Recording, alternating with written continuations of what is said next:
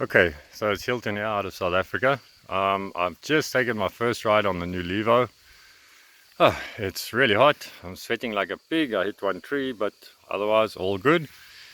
Yeah, I think if I have to give my honest opinion, the new Levo compared to the 2018.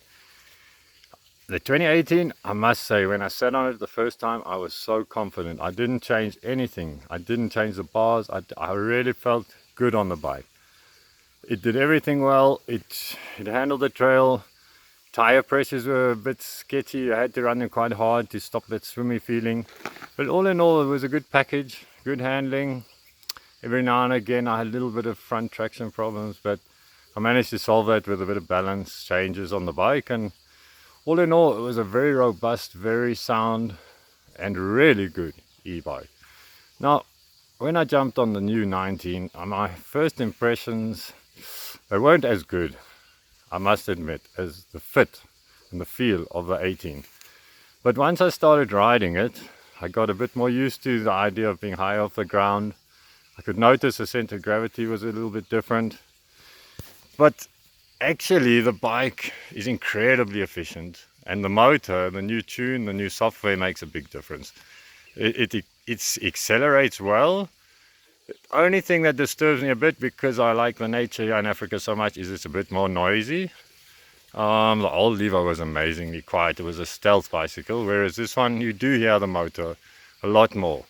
But once you get into the bike, it's very agile, even though you sit high up, and it rolls over the bumps great. I've never been a fan of 29 wheels, but I think this one, yeah, it's made me believe it's possible to ride nicely with them.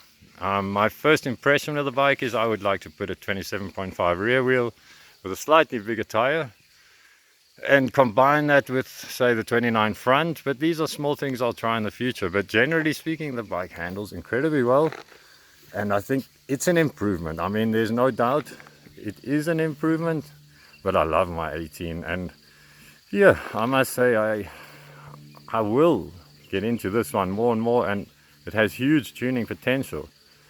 But right off the start, the 18 was a more comfortable and more solid kind of feeling bike, and really handled incredibly well.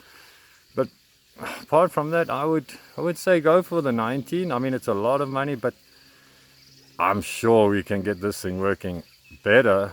It's definitely faster than the 18, there's no doubt, with the new motor and the 29 wheels and being so on top of the bike, whereas the 18 you sit more in the bike.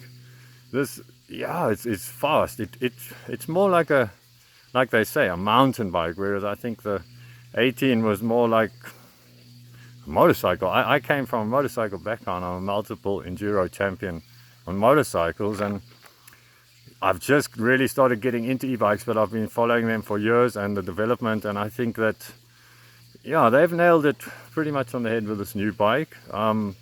It feels more mountain bike-ish, which is a great thing. The weight saving, you can feel. It's very agile. It's really stable on the bumps. And I must say, when I throw it into corners hard, I get a little bit of wash on both wheels, but it's so balanced that I actually can drift with my feet on the pedals around the corner, and it's doing nothing scary.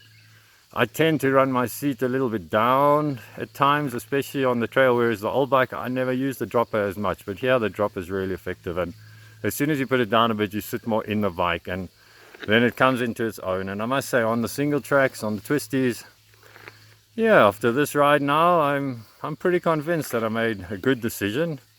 In the beginning I was unsure, but those of you with 18s, I wouldn't be too stressed, because they're incredibly good as well. And you know, this is an upgrade, and it's special, and it feels good, and it handles well, and I can see they've really worked hard from 30 something years on the geometry. They've got the experience to make a bike that feels almost perfect, and yeah, I would recommend it. It's fast, and there's no doubt it handles, and some more tuning, watch this space, I'm sure we'll get it 100% perfect.